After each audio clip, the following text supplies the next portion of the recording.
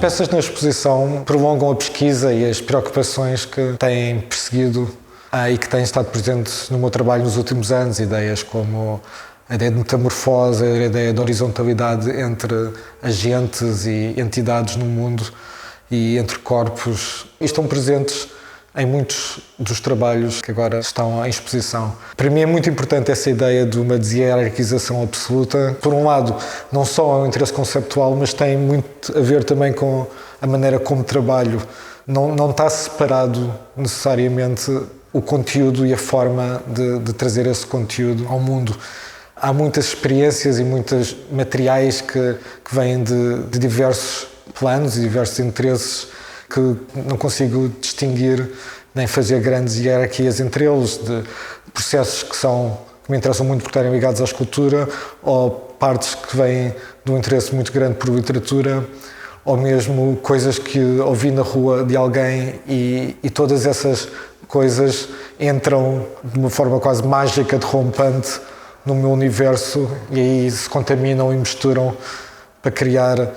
corpos híbridos e ideias que se expandem e que se interceptam e que espero que consigam comunicar com outros agentes no mundo. Em relação às esculturas, há uma série de peças que têm muito a ver com essa hibridização dos corpos, muito diretamente de mistura de elementos figurativos humanos, materiais orgânicos, materiais minerais,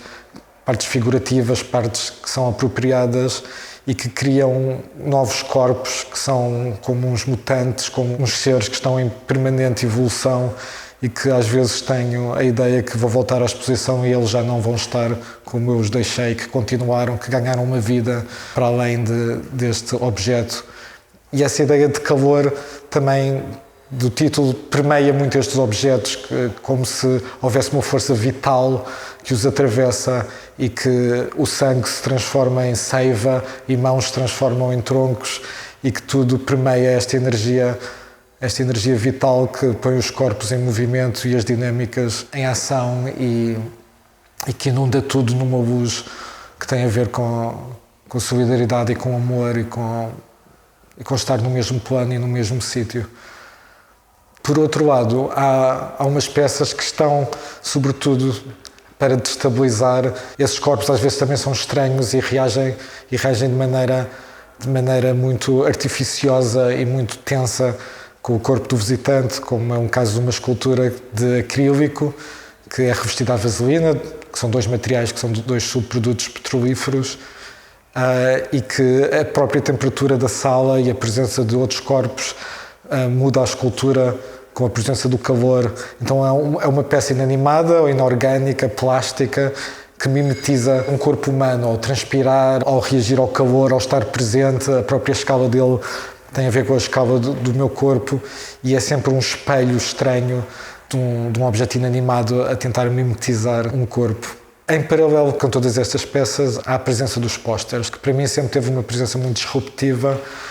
que se por um lado começou mesmo como uma ideia muito poética mesmo de dar sangue, como uma ideia de partilha, de solidariedade, também de trazer algo muito forte e vivo do interior para o exterior e de partilha dessa força vital que atravessa toda a exposição. Ao colecionar esses pósteres, apercebi-me também que estão super impregnados de uma narrativa ideológica que os atravessa e que podem estar tão presentes ou tão ausentes quando se desconstrói e se olha com atenção para estes objetos, desde ideias muito ligadas ao pós-guerra, que tinha a ver com a doação de sangue para os soldados e que o sangue era apresentado como